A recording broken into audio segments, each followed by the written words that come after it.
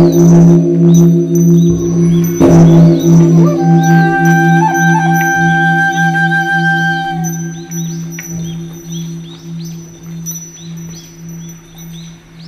17th century Japan, the great haiku poet Basho wrote, "Do not seek to follow in the footsteps of the men of old.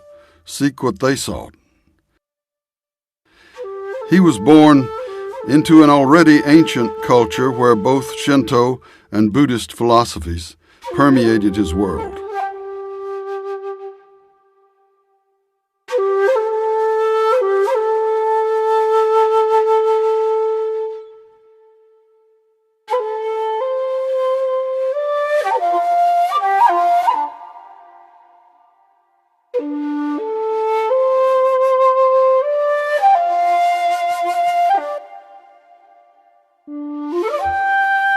In the 9th century, a legendary scholar, Kukai, brought Buddhist sutras back from China, then created a monastic community atop Mount Koya.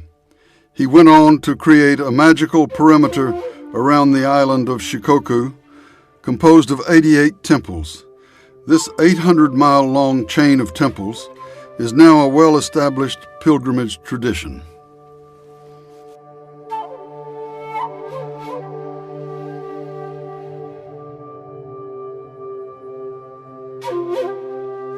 Now, a pilgrim, of course, is on a journey with a purpose, not just wandering idly. A pilgrimage can be to a place or for a thing, and mine happens to be for a thing.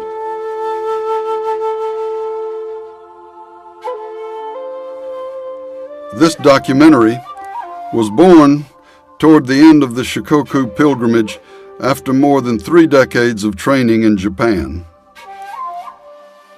It was inspired by a Zen tradition that understands the importance of emptiness and the power of paradox.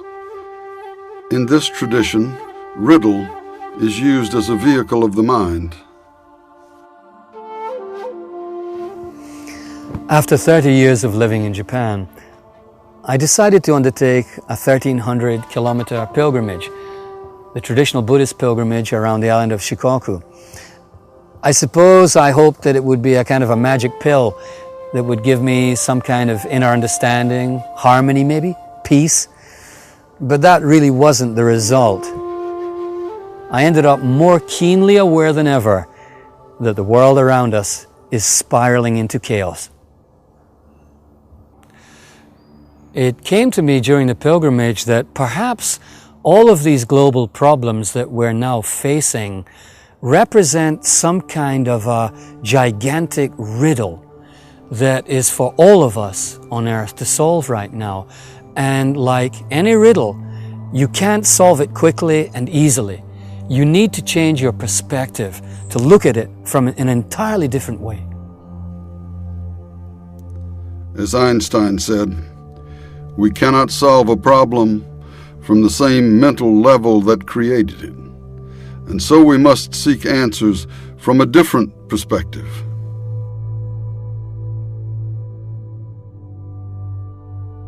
To answer any riddle, we do have to change our perspective. And so I set out on a much more wide-ranging pilgrimage in order to gain an individual, a personal understanding about this riddle, which would hopefully help me to deal with the increasing peril that we see all around us in the world today.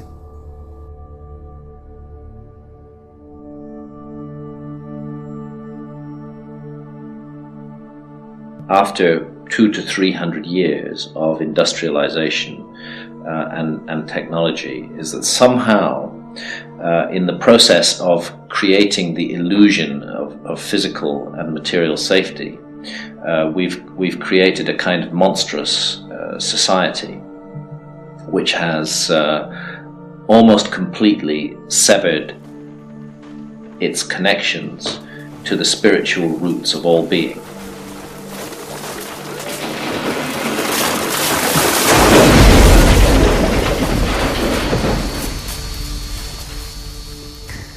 The pilgrimage in Shikoku left me with a strong feeling that perhaps what we really need most of all is an evolution, both at the individual and at the collective level, without which it might be very difficult for us to actually proceed at all.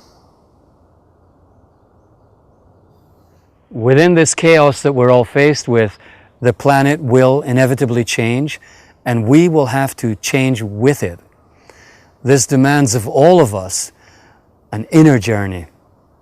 Who best represents such an inner journey but the pilgrim?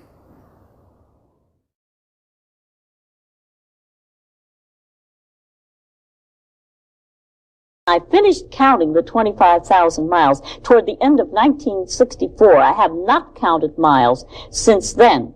However, I will say that the real turning point in my life came 15 years prior to that, about 43 years ago, when I came out of my empty life of money and things and began to live to give instead of to get. Oh, it was just the most wonderful change in my life. My life just blossomed out.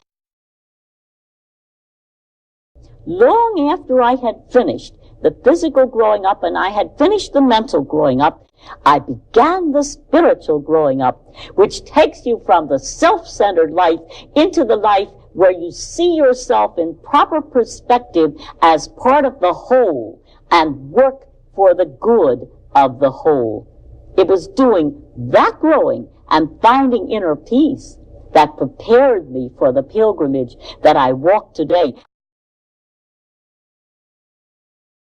And the attitude of pilgrim is that all conditions, all situations, all encounters are there as a learning opportunity.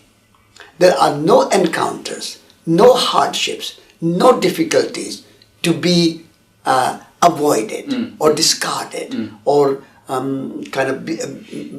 be afraid of. All opportunities, negative or positive, comfortable or uncomfortable, present themselves as an opportunity for self-realization, opportunity for learning, an opportunity for self-purification, and opportunity for the strengthening of the soul, the strengthening of the spirit, because only through rough and difficulties and hardships that you develop your character.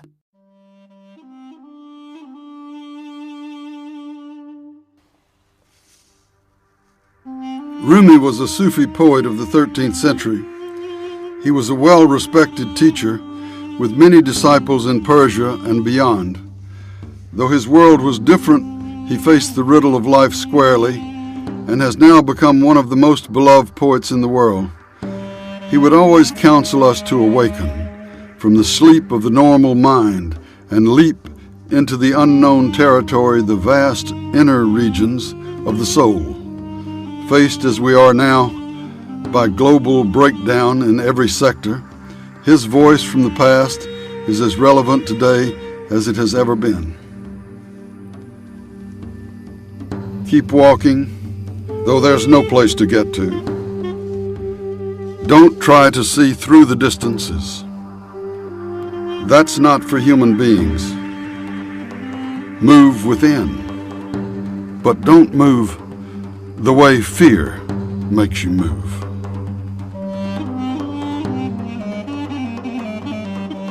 Do not seek to follow in the footsteps of the men of old.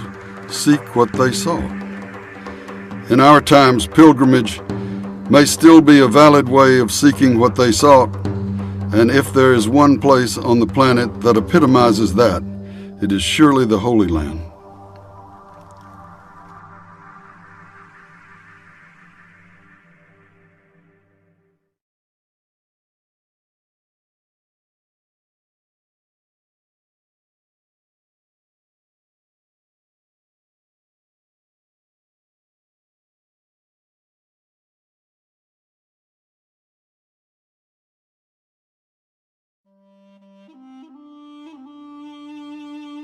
Jerusalem, the pilgrimage center of the world, has drawn people from all faiths throughout history to its ancient walls.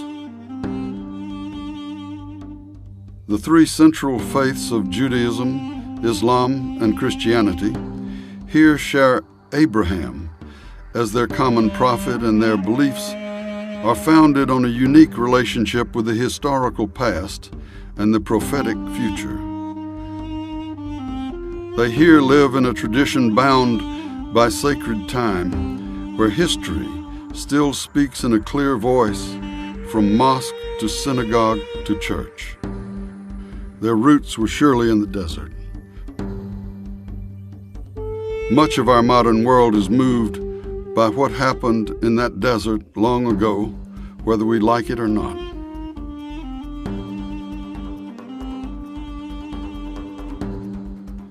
Every war and every conflict between human beings has happened because of some disagreement about names. It is such an unnecessary foolishness, because just beyond the arguing, there is a long table of companionship set and waiting for us to sit down. What is praised is one, so the praise is one too. Many jugs being poured into a huge basin. All religions, all this singing, one song. The differences are just illusion and vanity. Sunlight looks slightly different on this wall than it does on that wall, and a lot different on this other one, but it is still one light. We have borrowed these clothes, these time and space personalities, from a light, and when we praise, we are pouring them back in.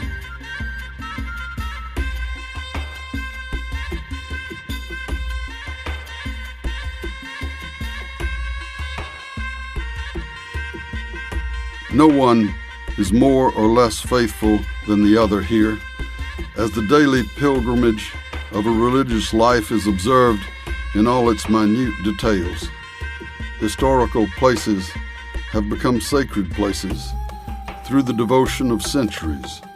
Like so many of the attempts of humanity to live good lives, the pilgrim center of the world is obviously sinking into chaos.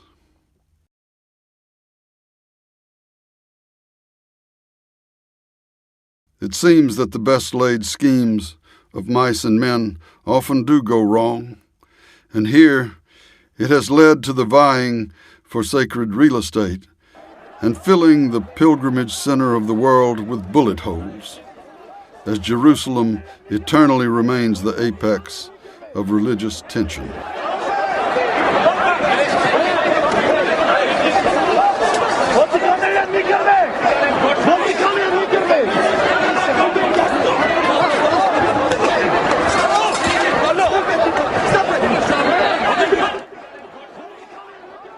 What was once the Holy Land has become a battleground for ownership.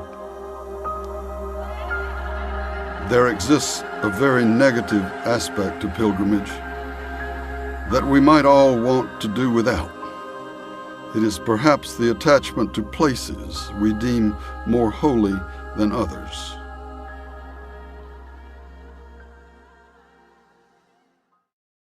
There was a man called Vyas, a poet called Vyas, and he had this inspiration to write the Bhagavad Gita.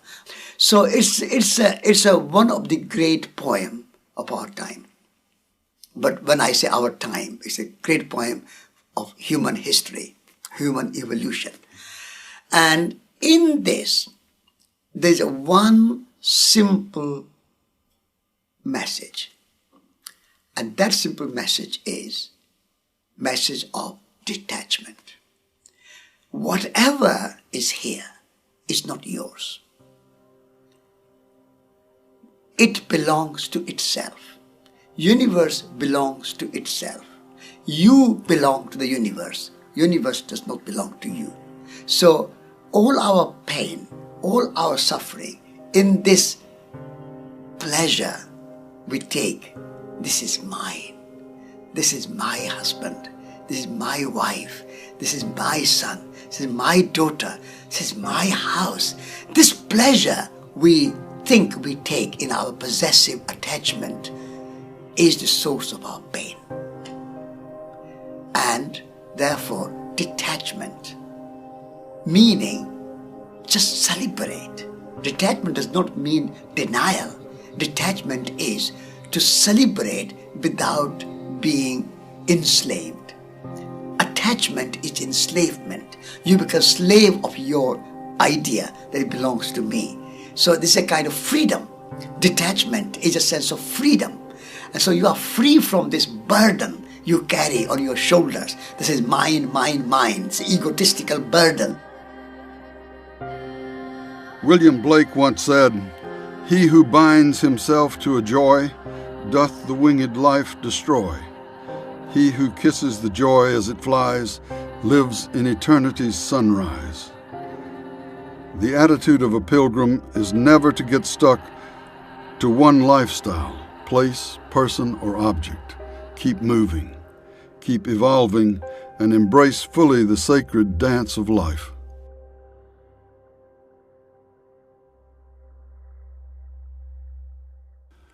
Rumi reminds us, you are song, a wished-for song. Go through the ear to the center, where sky is, where wind, where silent knowing. Put seeds and cover them. Blades will sprout where you do your work.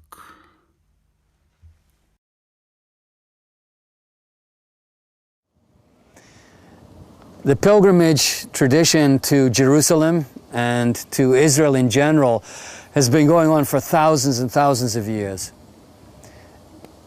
However, this tradition is really based in an ancient history, an ancient idea of sacred place and sacred time. But I was really disappointed to find out that this almost fanatical attachment to sacred real estate wasn't producing the kind of mentality we need to solve our problems at all. It was the exact opposite. It was creating violence and discord and a kind of disintegration.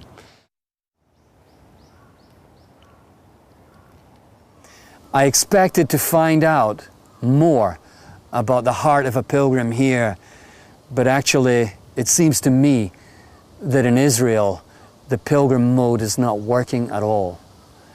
It's actually creating a lot more problems than it's solving. So once again, there wasn't an answer here. It just led to more questions.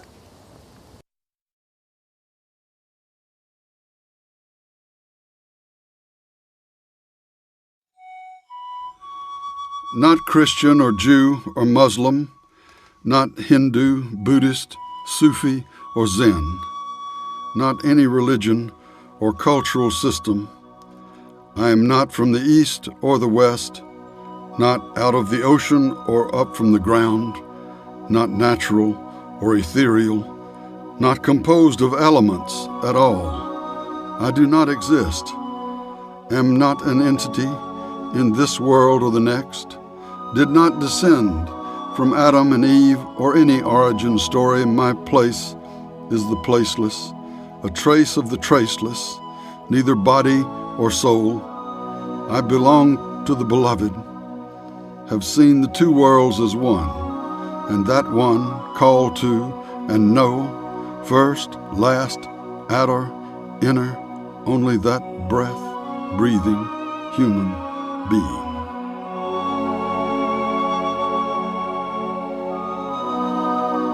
The identity of a pilgrim is not an Indian or a Hindu or a Muslim or a Christian or a Buddhist or a capitalist or a communist or a Gandhian. Identity of a pilgrim is that he is a human being. And when you are a human being, all human beings are your family members, and all other beings on the earth are your family members. Then you can trust. So this is our primary identity, and we have to shed all secondary identities if we want to be pilgrims. I'm a Japanese, I'm an American, I'm an English, I'm an Indian, I'm a Chinese. These are secondary identities. The primary identity of a pilgrim is human being.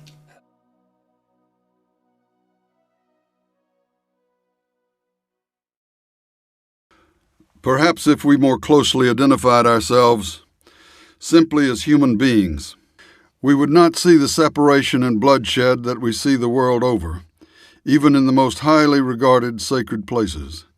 But the current human paradigm is built on division, and thus our problems are not isolated to one city in the Middle East, but every part of our society is rotten at its core. This is beginning to show as world economies are collapsing around us.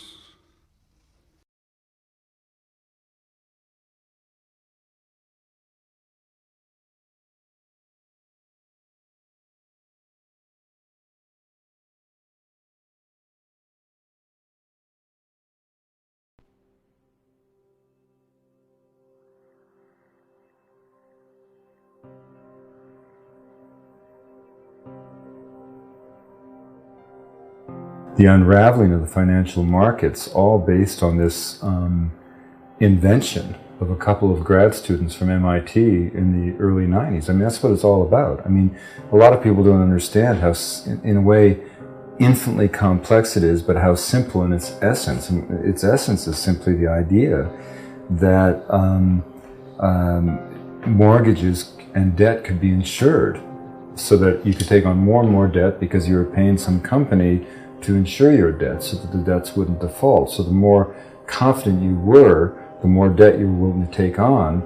And suddenly you had, these strange instruments being traded as commodities, which were nothing more or less than the presumption of responsibility for debt. But once you couldn't actually fulfill that responsibility, the whole system unraveled.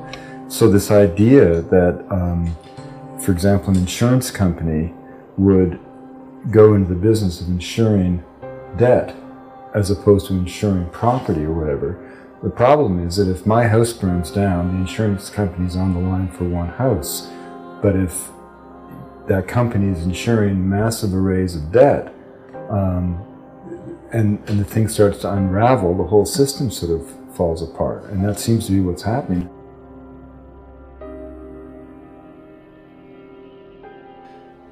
It's not just war in the Middle East. It's not just financial collapse. We live in a fatally flawed system that clearly cannot solve any of the problems that face it, whether politically, religiously, or economically. The riddle is thus compounded. In the face of mounting global problems, the best solutions our current system can produce resound around the idea of cut and reduce, but will it cut it? We're on a failed system program because we're not facing the inner reality of the global disease. Any amount of work attacking symptoms of a deeply rooted problem just continues a battle that cannot be won. Kyoto protocols and economic bailouts do not fix anything. Maybe we need to cut the fix.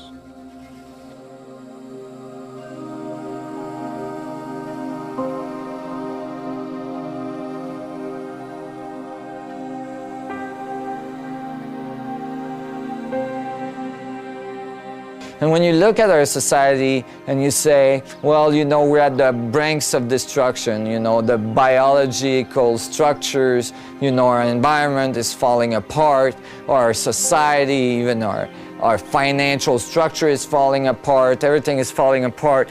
Well, it's falling apart because it's what we've been feeding to the vacuum. We've been feeding to the structure of space, destructive, separative, non-harmonious ways of being. And so the result is that our reality is expressing exactly that. It's falling apart. But all we need to do is actually start to realize, oh, this is not the reality we want to produce. And start to move towards harmony, collaboration, support of each other, and you know, that possibility is present at any moment.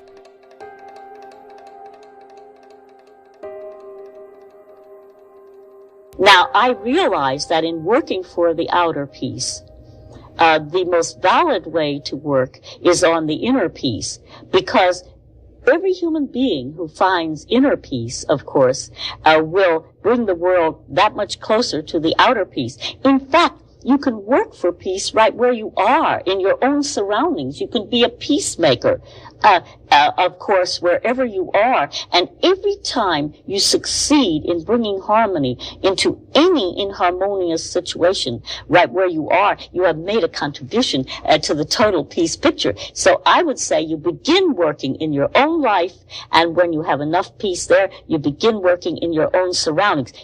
Now, you also need a path of service, something you do to help somebody, because in this world you're given as you give. It is clear for all to see the truth behind the old expression, you reap what you sow. But how can we really make things better? How can we correct this attitude of no gratitude? Ecology should come before economy. And if not before, at least ecology and economy should go together, like walking on two legs. If you walk on one leg, just economy, you will be limping. So at the moment, our society, our civilization, our world is limping because we have no understanding of ecology. And therefore, we are creating economy in such a way which is causing mess, causing global warming, causing climate change, causing world hunger, world poverty, all the and a kind of psychological distress and unhappiness. That is because we have disconnected economy from ecology.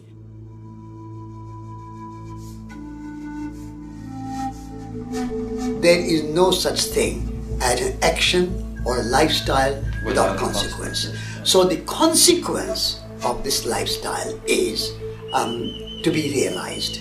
And the consequence of this lifestyle is tremendous stress on individual life, tremendous pressure, tremendous strain, tremendous psychological upheaval, tremendous pressure on family life, tremendous pressure on relationships.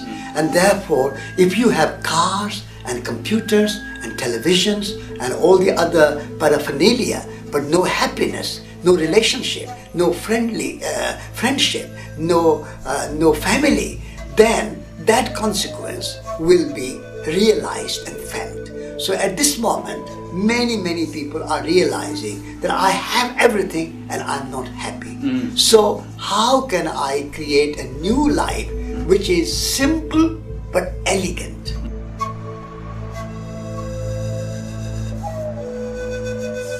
The backbone of human life is good relationship.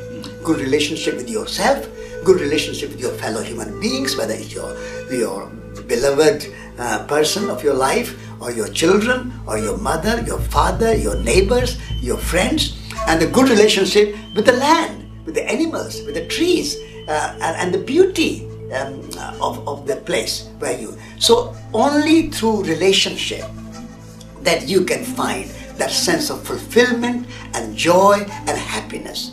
And that consequence of materialistic, acquisitive, consumerist lifestyle that we have, the consequence is gross unhappiness. So if people start to look at the consequences of the lifestyle which we have built in the last 200 years or 300 years, then we will realize that this is not a happy consequence. And therefore we need to redesign the world. And redesigning the world requires a new consciousness. And that new consciousness is based in imagination and based in spirituality. So when people realize that, then I think we can redesign the world in a way which is elegant, which is comfortable, which is beautiful, which is joyful, which is happy, and as you said, we don't need 3 or 4 or 5 planets. We can live on one planet happily. If there is enough in the world for everybody's need, but not enough for anybody's greed. So we have to redesign the world on the basis of need and relationships rather than greed and fragmentation.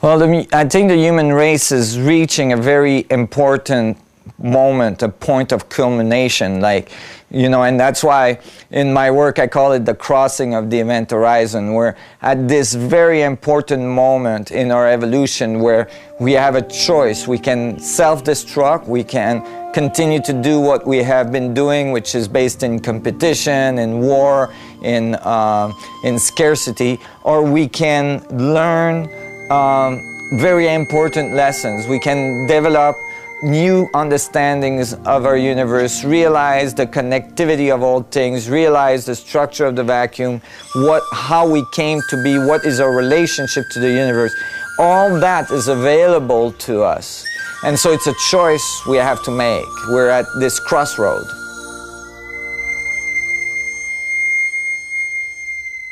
That is why we need the advice of profoundly pragmatic and spiritual people like Rumi, who well understood the kind of challenges we face.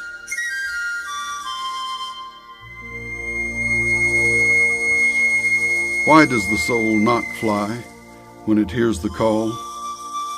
Why does the fish, gasping on land but near the water, not move back into the sea? What keeps us from joining the dance the dust particles do? Look at their subtle motions in sunlight.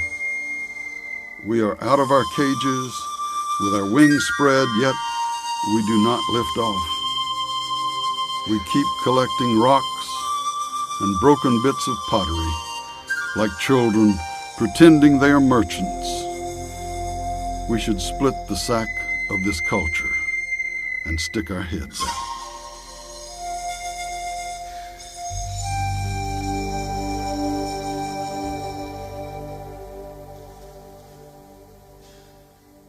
We're living in an amazing time. I think we've reached a certain level of awareness and a certain level of science and philosophy in which we're reaching for a new horizon. We're reaching for a new way of being. And when this occurs, it's very similar to putting energy in an oscillator. You know, you take a system, you put energy in it, it will start oscillating, and it will go into further and further chaotic mode. And if the tensile strength of the object is strong enough, eventually it'll go very, very intense into chaos, and then it'll pop into a new level of resonance in which it calms down and organizes, and then it's able to become more structured and organized again.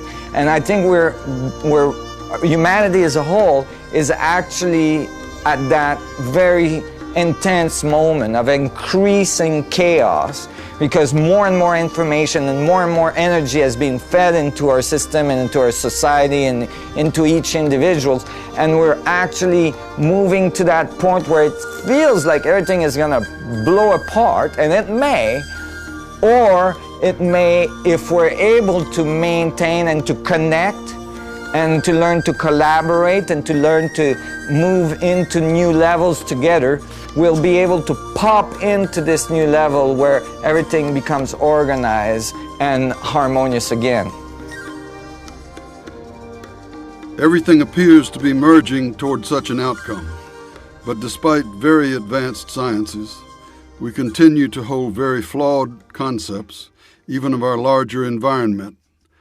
But as with our approach to religion, cultural differences, economics, and environment, we have been doing everything on the wrong paradigm, which is failing us at a very deep level. we keep visualizing, and we teach this in schools to all the children, that the solar system has the sun in the middle and planets going in circles around it like this. And I mean, in my school, we even had a little device where you had the sun in the middle and you could turn the little thing on the bottom, and the planets would go around. And you know, is this true? No, absolutely not. In fact, thinking of the solar system this way is equivalent to thinking the Earth is flat. The sun is moving at thousands of miles per second through space, and our planets are following, producing a huge elliptical coil in space. And year after year, we do not trace the same circle in space. We're actually thousands and thousands and millions of miles from where we were the year before. So to think of our solar system as some flat structure that's stationary is again the result of isolating a system and trying to analyze it. And typically when you do so, you get the wrong data. As soon as you open the system and you realize the solar system is inside the galaxy and moving through space, then you realize that actually we're making a pilgrimage, literally, through space as we evolve. And you could even think of it in the concept of a vacuum structure, that we are embedding all of our evolution on the structure of the vacuum as we move through that great spiral we're producing through space. Every single individual on our planet producing that very specific spiral in space, and we could follow it back for any individual all the way back to when they were in the womb of their mother, which connects their spiral with their mother's spiral, and then follow that back and again and again and again. And that is the continuity of the information inside the gene structure of our evolution through space. And now we get a much more complete view of the structure of the mechanics of our evolution. The Earth is on a pilgrimage, and therefore all of us are on a pilgrimage. Once we awaken to this fact, we can all start doing the self-corrective work that any pilgrimage requires and begin programming positive evolution for the journey ahead. If not, we inevitably face our own destruction. Business as usual is no longer an option.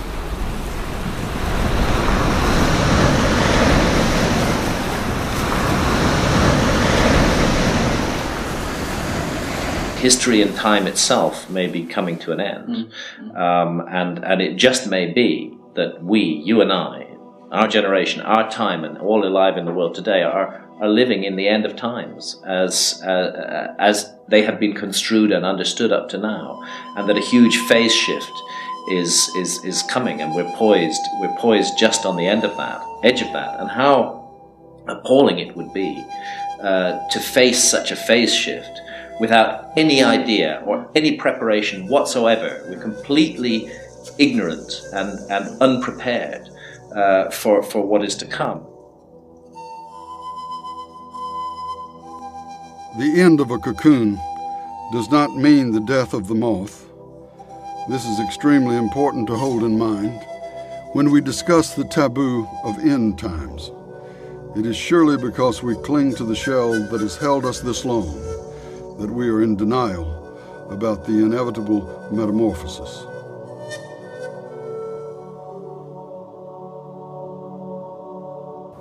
Of course, the wider implications of pilgrimage involve the idea of an evolutionary journey that we're on. Obviously, we face huge global problems. And we are attempting to fix it with Band-Aid solutions. It will not work. It obviously is not working. So we have to consider other possibilities for ourselves. This is where the pilgrim comes in. A movement from completely stopping the idea of fixing things on the outside to a movement within, to a new understanding of ourselves from the inside.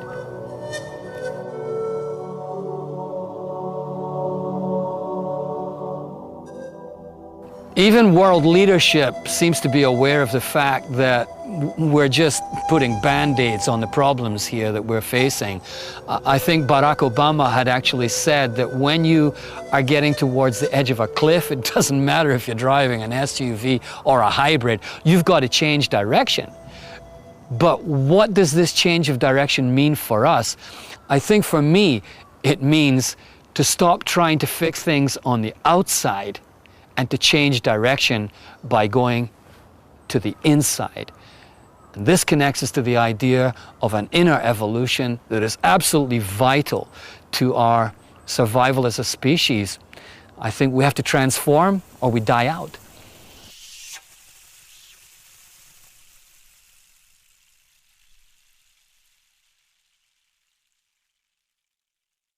Now, my subject is really human potential. Most people only scratch the surface of their real potential. They have no idea what they're capable of. I have no visible means of support. This is part of a pilgrimage. I haven't got any money, and I don't even accept any money, and I don't belong to any organization, and I don't own anything except what you see. This is me and my only earthly possession sitting in this chair. I walk until given shelter, fast until given food. I don't even ask. It's given without asking. You know, people are good. There's a spark of good in everybody, no matter how deeply it may be buried. But where can we find role models today who still understand the far greater responsibilities of a 21st century Earth Pilgrim?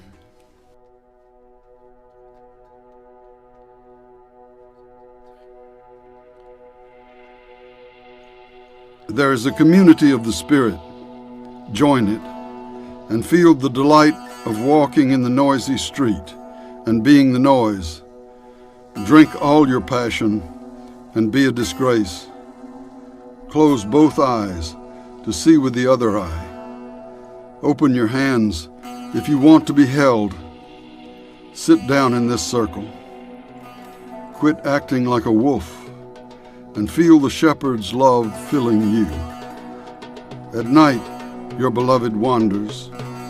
Do not accept consolations. Close your mouth against food. Taste the lover's mouth in yours.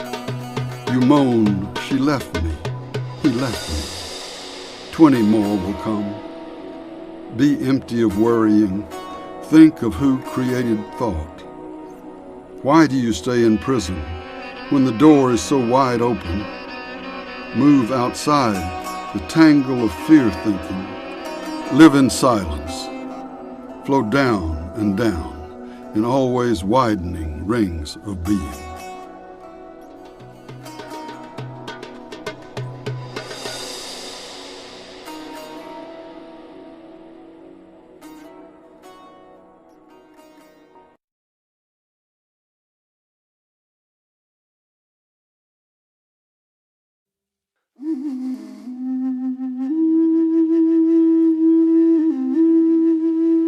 There are still people all over the world who inherently understand how we humans should be in relationship to our environment and who have kept alive an attitude of gratitude toward Earth and its entire living library.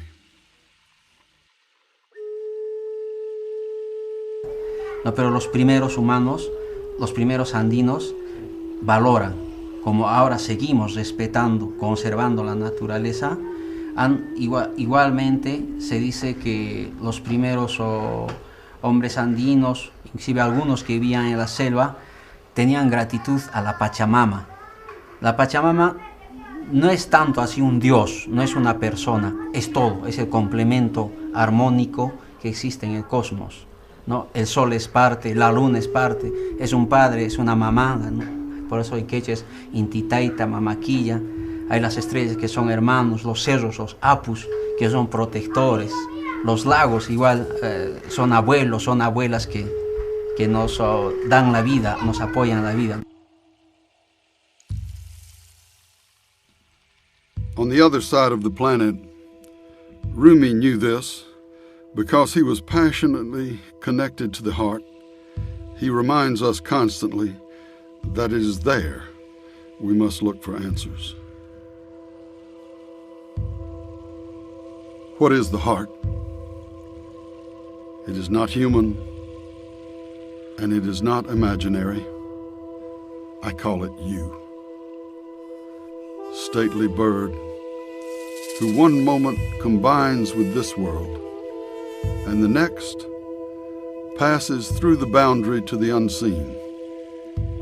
The soul cannot find you because you are the soul's wings. How it moves. Eyes cannot see you.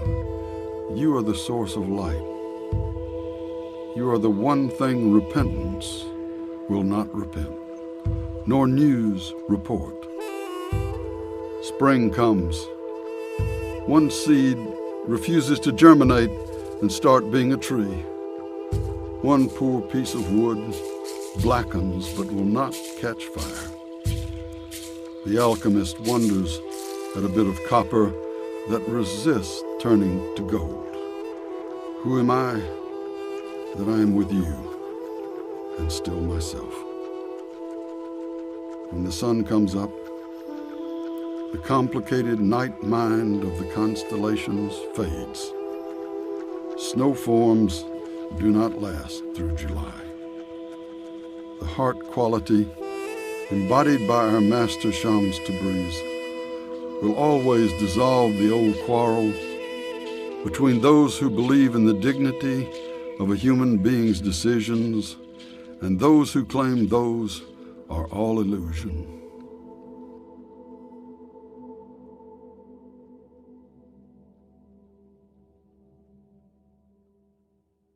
If you go back to, for example, the ancient Egyptian religious tradition, their whole concern really was with preparation for the afterlife. That's right.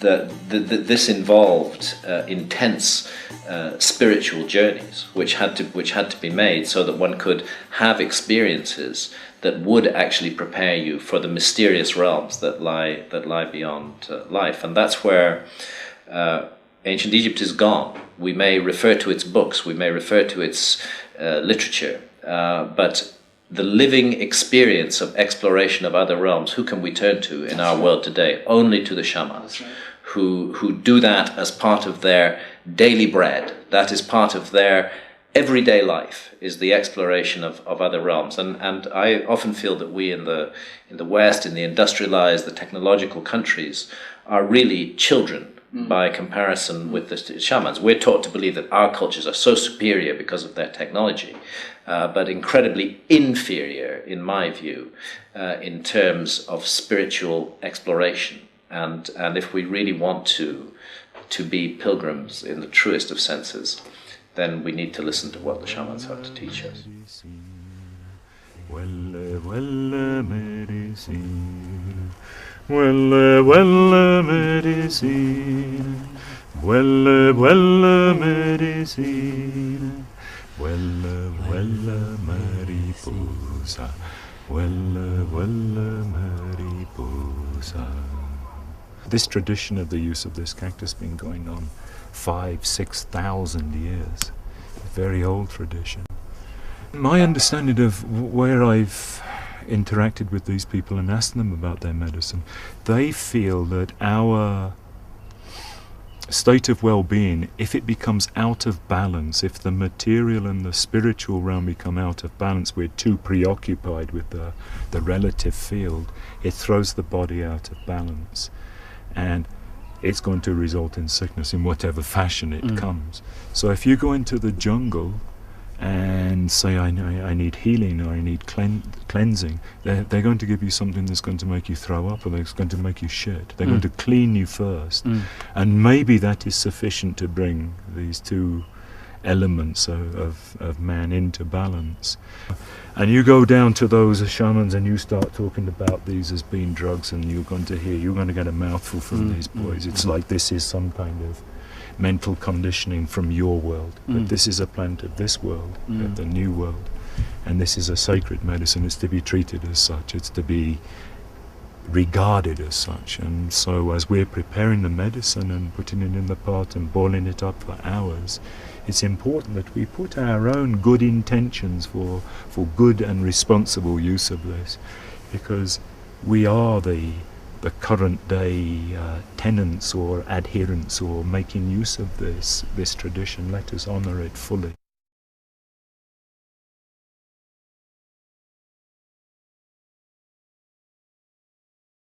As Gandhi said, be the change you want to see in the world.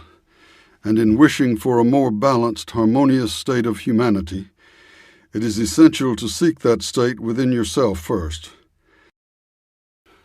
For the people of this land, shamanic plant use had fulfilled this purpose for millennia, and so the choice was made to go through a shamanic journey to attain such balance before climbing to the next step of the grander pilgrimage.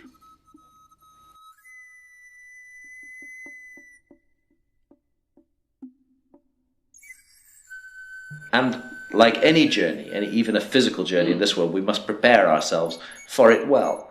And we must seek the advice of those who've perhaps trodden that path before. Absolutely. Because they will have something to tell us, and it would be very arrogant and stupid of us not to listen to what they've had to say. But that done, and all the preparations made, we should make the journey. I believe we should make the journey. This is part of what we've been offered, the giant potential that we've been offered as human beings. We shouldn't turn our backs on it, no matter the risks or the dangers.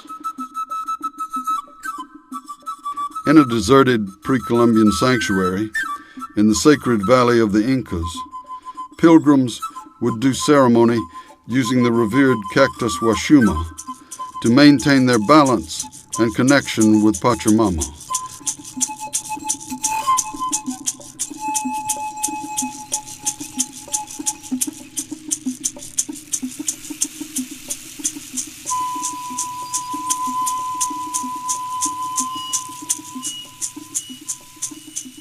This prepares one for the challenges of the Coyoriti pilgrimage. En esta fecha de la visita, que para muchos también lo llaman peregrinación a Coyoriti, es nomás una forma de honrar, de agradecer a la vida, a la naturaleza, porque justamente ahí hay un elemento de sustento que nos da la vida a toda la humanidad y a todos los seres, pienso, en el planeta, que es el agua. Cuando uno quiere buscar su etimología, como dicen siempre, es Koyur Riti, dos palabras quechuas. Koyur mayormente se denomina a una estrella muy fuerte, con luz muy fuerte, pero también quiere decir perpetuo, ¿no? Entonces, Riti es nevado, nieve.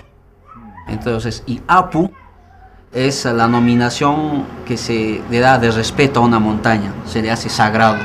Apu Coyoriti, montaña de luz o montaña perpetua y sagrada. Ahí es donde van todos desde hace mucho tiempo, ¿no? a honrar a nuestros ancestros, a la vida, al agua, un agradecimiento a un elemento tan importante que en estos tiempos está desapareciendo.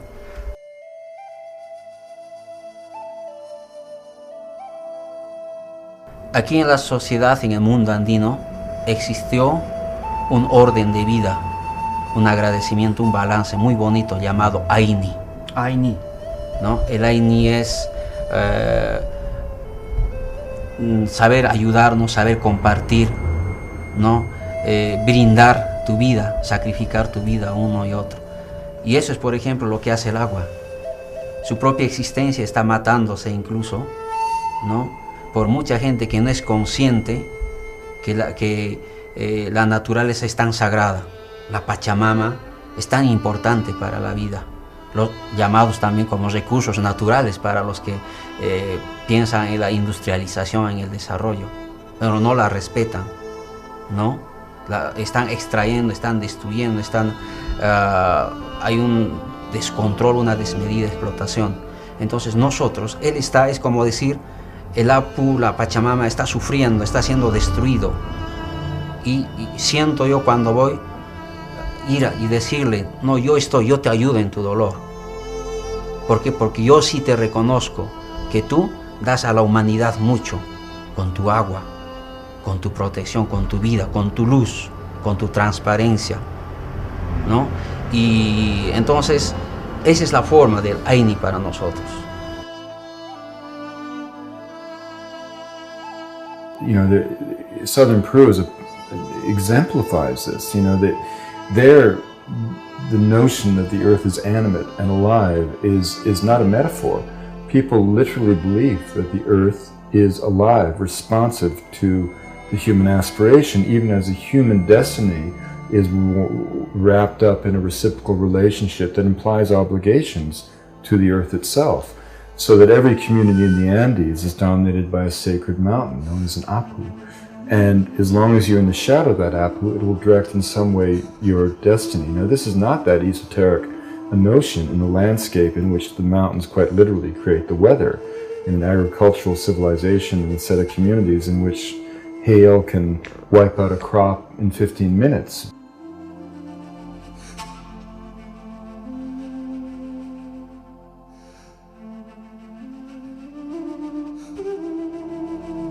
Apu Koyariti is the sacred mountain spirit, living high up at 16,000 feet, where people go to give thanks to him and to the water he provides as part of the reciprocal exchange system these people have with the planet.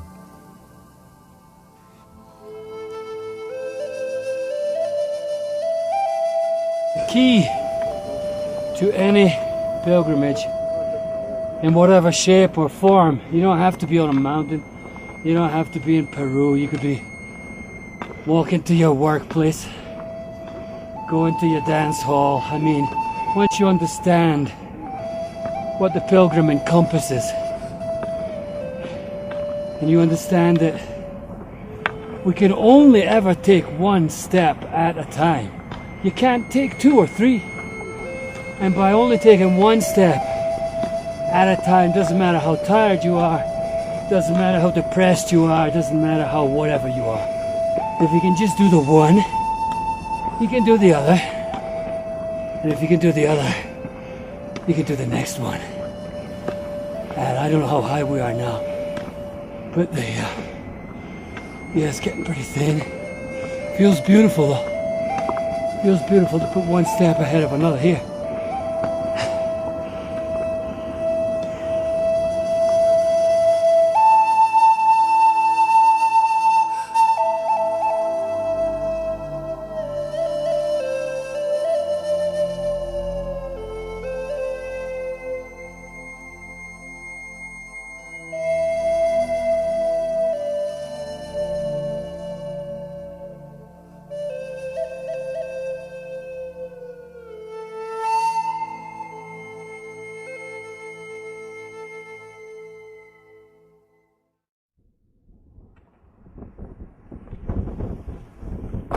There it is. That's our destination. Koyoriti.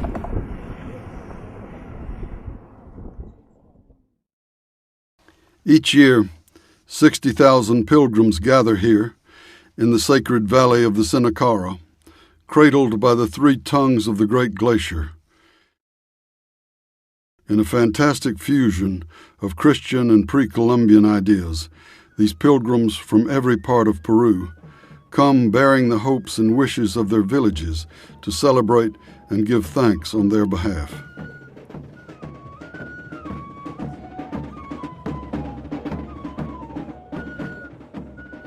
It's 6:35, morning of the 20th of May, and this is the penultimate moment is approaching when the rays of the sun, the first rays of the sun, will strike the cross up on the ice field where we're about to walk. So let's go.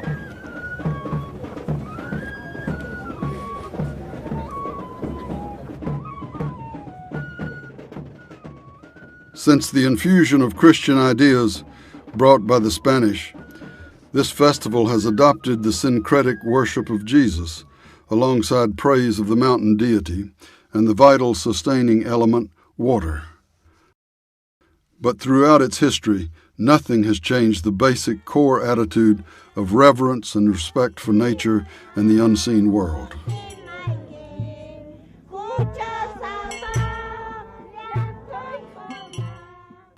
So we have this amazing dynamic going on here. We have thousands and thousands of people, the majority of who consider themselves to be Christian pilgrims. We have photographs of the Lord, we have paintings of the Lord, we have all things Christian, and yet we are in this entirely alien to the Christian environment.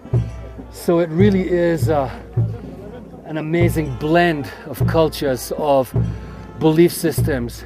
But one thing is for sure, you have to believe something to get yourself up here and spend a night in this kind of weather. You got to believe that it's important.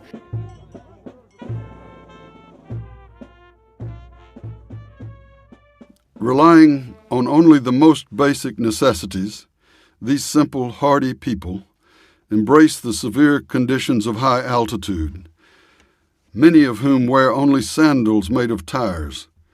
They transmute themselves through this challenging situation to complete the central metaphor of going into the mountain as an individual, but through suffering and through sacrifice, emerging as a community that has once again reaffirmed its sense of place on the planet. These are real tough earth pilgrims, that's for sure. We saw a woman this morning outside our tent, and she had nothing but a plastic sheet over her all night in must have been about -10 last night. Hundreds and hundreds of these people are just sleeping out. Tremendously tough, resilient people. Todos cuando hace frío no se protegen, normal se ponen a bailar. El mismo caminar. Estás respirando la vida, hay ese movimiento de la dinámica. Es una relación muy distinta, por eso no es simplemente por eso de una fiesta, es una conexión, es una conversación, es el sentir esa misma fuerza de vida, de energía.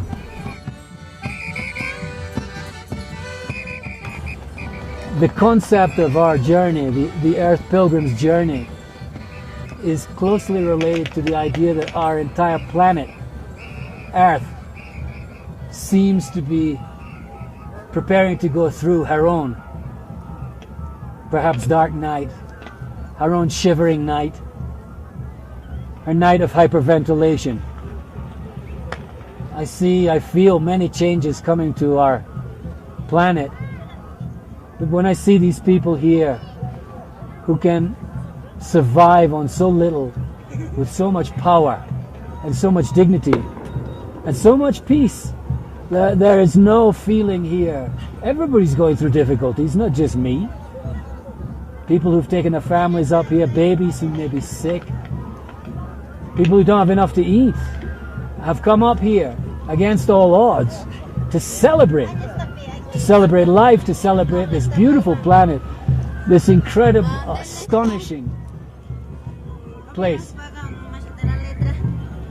And maybe in later years, when more of us have to face difficulties, we'll remember that joy is always possible, beauty is always possible, and peace is always there, if we can just allow ourselves to move into that state of mind which I call the pilgrim. If we can all get a little hint of that from these fantastic people, just a hint, it may help us all in the days ahead.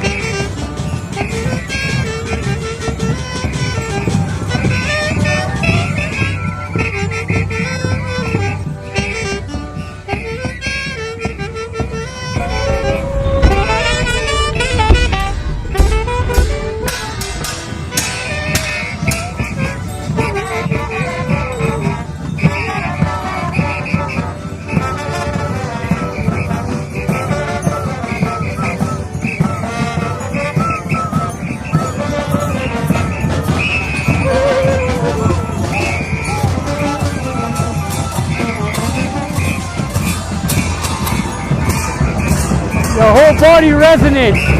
The whole body resonates. The whole mountain resonates.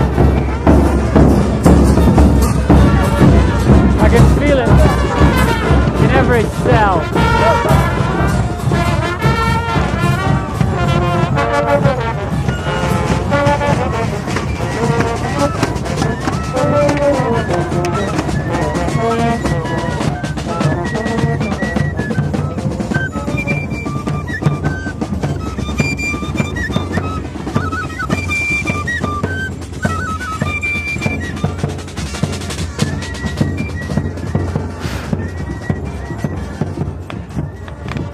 That was the most astonishing gathering of human energy, power, beauty, color, celebration, awe, a spectacular revelation of human creativity and joy. I don't know what you can say about this. What we experienced with Washuma was something incredible, but here it was produced by the energy of the human heart. That's where it gets you, right here.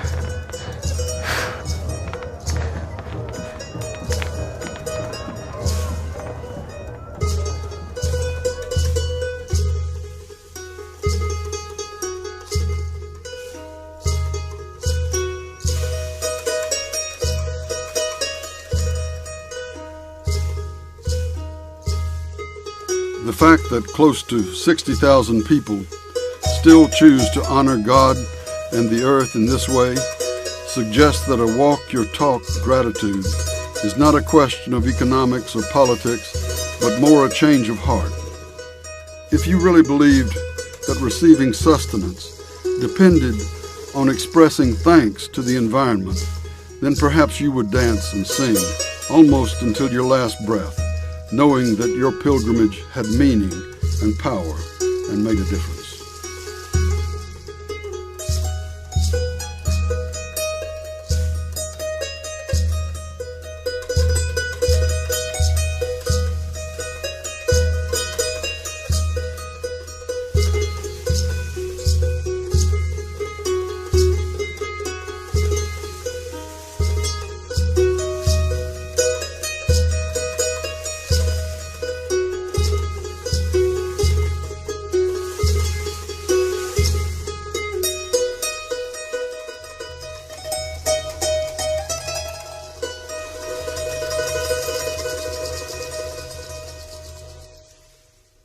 Coyoriti, desde hace 2 años, 3 años, está en la visión, no me recuerdo de qué corporación minera, que quiere explotar.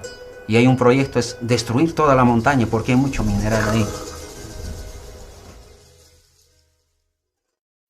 The thing that I notice so often is that indigenous people, when they become aware of these changes, they feel a personal responsibility. And this is one of the great tragedies. I mean, for example, you know, when people in the Himalaya or in the Andes who believe the earth is alive, believe in mountain deities, if things go askew, they take it very personally. I mean, one of the most kind of poignant examples of that is what you experienced at the Coyoriti. I mean, traditionally, of course, the Coyoriti is this syncretic fusion of pre-Columbian and Catholic ideas, a perfect expression of this pan-Andean world, which, you know, is as influenced by Catholicism as it is by pre-Columbian Incaic and pre-Incaic ideas. But pilgrimage becomes a sacred movement to the ice, so that this wonderful metaphor of taking the crosses from your community, placing them into the tongues of the glacier that comes down over the Sinicara Valley, leaving them overnight to empower them that you can take it back to your community. But remember as well that traditionally you also brought chunks of ice back to your community. And they've stopped doing that because they're witnessing the recession of the glaciers. And they take it as their own personal responsibility and fault. And that's very moving because, of course, the trivial amount of ice that was chipped from those glaciers and brought home as the essence of Pachamama to those who couldn't participate in the pilgrimage is trivial compared to what, of course, is really happening, is this recession of the glaciers.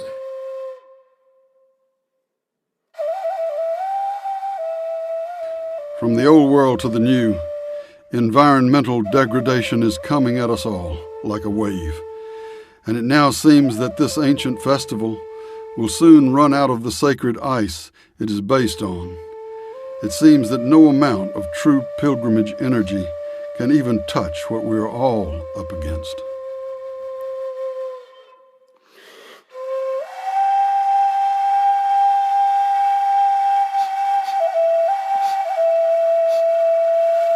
Genocide, the physical extermination of a people, is universally condemned, but ethnocide, which in a sense is the destruction, either directly or indirectly, of a people's way of life, is not only not condemned in many circles, it's still promoted as development policy, you know. And again, you know, none of us in anthropology would be suggesting, you know, freezing people in time, you know, like some kind of biological specimen, making zoological parks of the imagination. You know, there's this, you know, change is no threat to culture. You know, all cultures have always been dancing with new possibilities for life. And technology is no threat to culture. I mean, the internet, in fact, is a tremendously liberating tool. It's become the kind of global campfire for empowerment.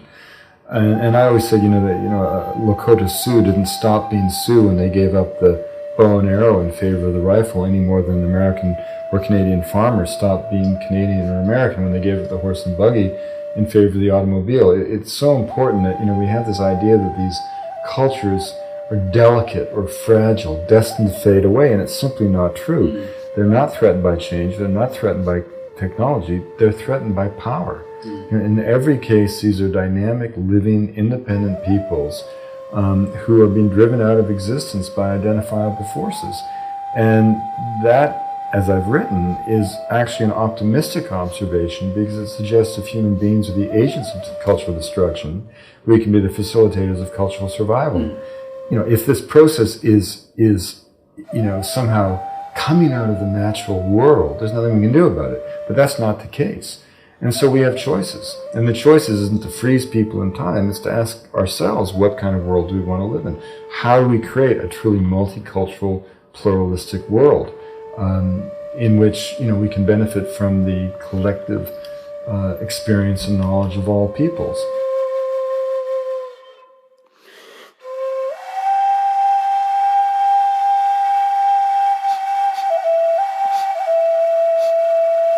When a species literally begins to decimate the very essence of its survival options, then surely this must give us pause to consider the profound severity of our collective situation.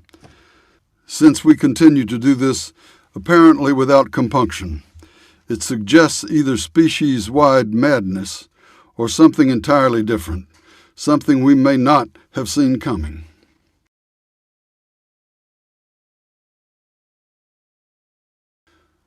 This groggy time we live, this is what it is like.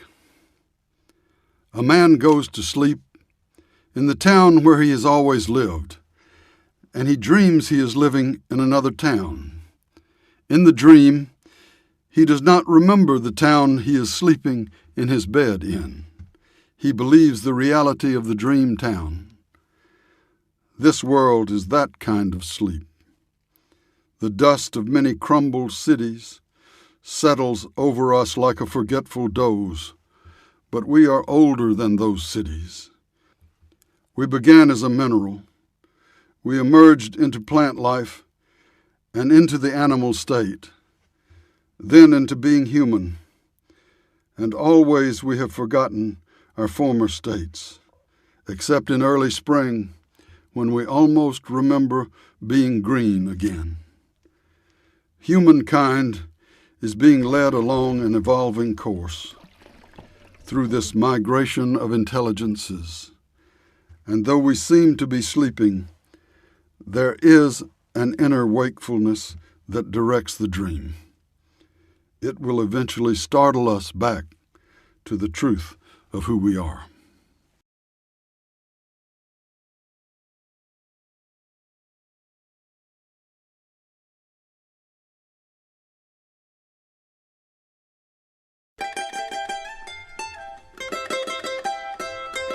This journey began with a riddle, one that perhaps the art of pilgrimage could teach us something of value about.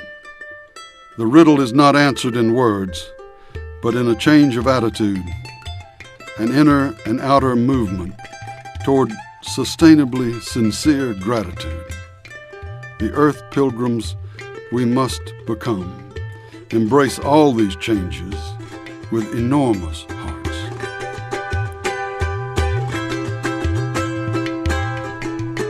There's no point in being pessimist and say, oh, what can we do? Everything is going bad, everything is going bad. Everything is not going bad. These things are dying. The old system is dying. So do not worry. Do not moan about it. Celebrate the death of the old system. If it's collapsing, let it collapse. If it is dying, let it die. Our job is to be midwife of the new system and create new kind of agriculture, new kind of craftsmanship, new kind of education, new kind of schools and universities, so that when this old, exploitative, wasteful, materialistic, dualistic paradigm comes to an end and dies, we are not left at sea without any direction. So we need to work at this moment to create new examples. And in many ways, I would argue that in essence, human beings are remarkably similar. It's just that our worldview became a kind of extreme tangent of human possibilities, the consequences of which have been both sublime and catastrophic. But the only thing that's going to curtail this hell-bent for destruction path that we clearly are on at some level is if we can use our intelligence and intellectual ingenuity to shift this current of history.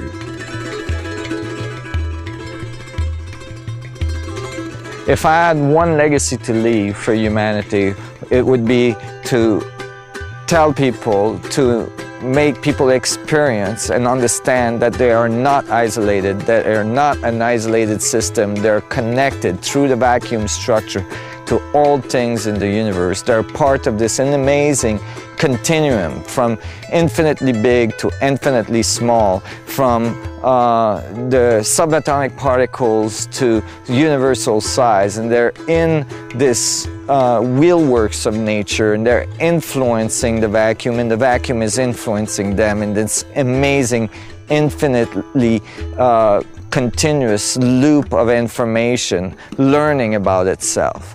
And so from that point, the people need to feel their power, feel their connection to the universe, and apply this power and this connection to their understanding of technology and physics and science in general, and transform our world.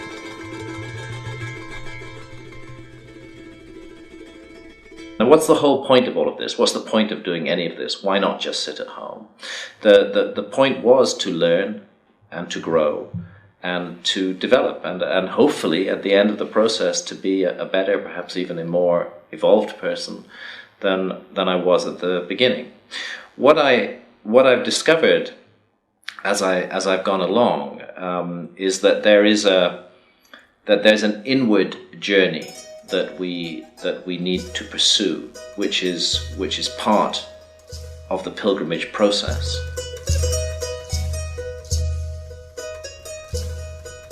Since we've come here to make this movie, I think all of us have been reawakened to the fact that we actually live on a very mysterious and magical planet.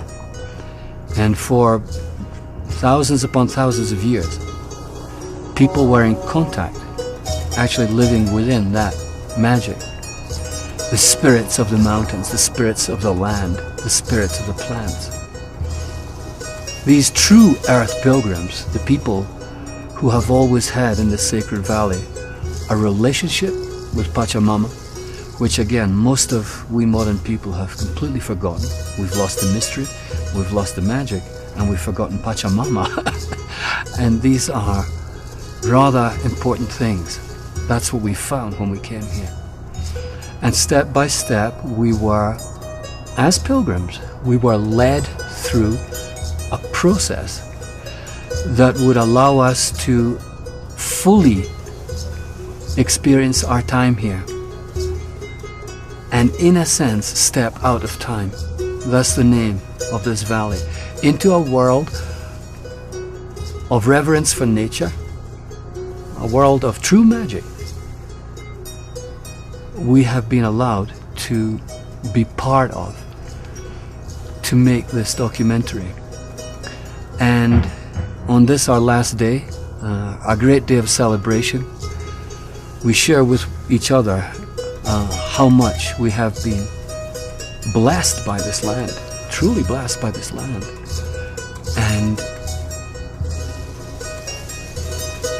I hope that we can remind all of us that there's a lot more to our reality maybe than we thought. So here we are, the Earth Pilgrims.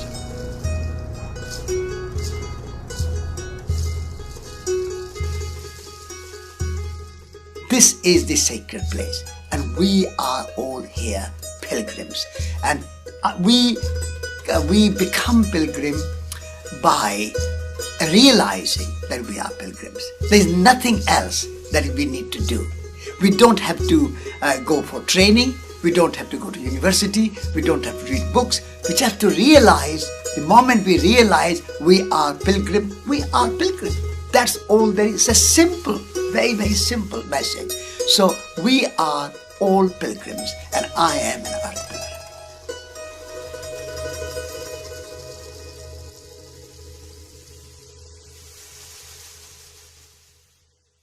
And you know, in our world today, we also seem to be in the midst of a terrible situation.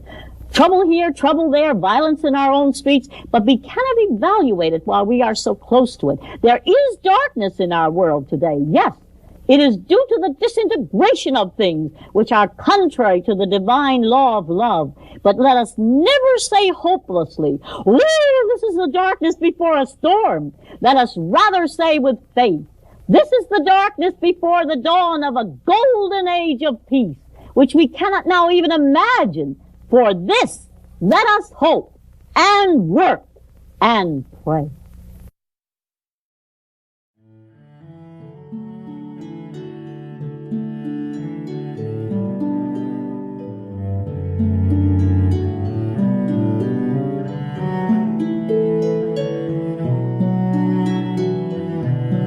Little by little, wean yourself. This is the gist of what I have to say. From an embryo whose nourishment comes in blood, move to an infant drinking milk, to a child on solid food, to a searcher after wisdom, to a hunter of more invisible game. Think how it is to have a conversation with an embryo. You might say, "The world outside is vast and intricate. There are wheat fields and mountain passes and orchards in bloom. At night, there are millions of galaxies, and in sunlight, the beauty of friends dancing at a wedding." You ask the embryo why he or she stays cooped up in the dark with its eyes closed. Listen to the answer. There is no other world. I only know what I have experienced. You must be hallucinating.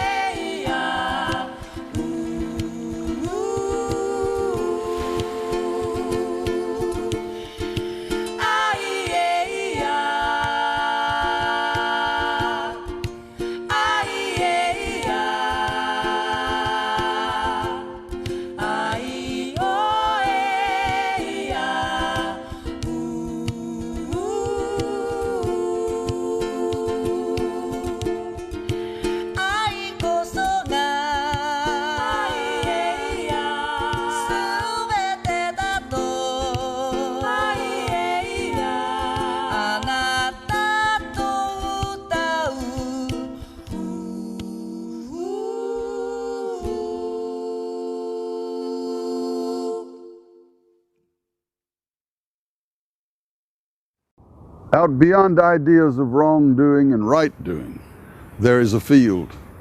I'll meet you there.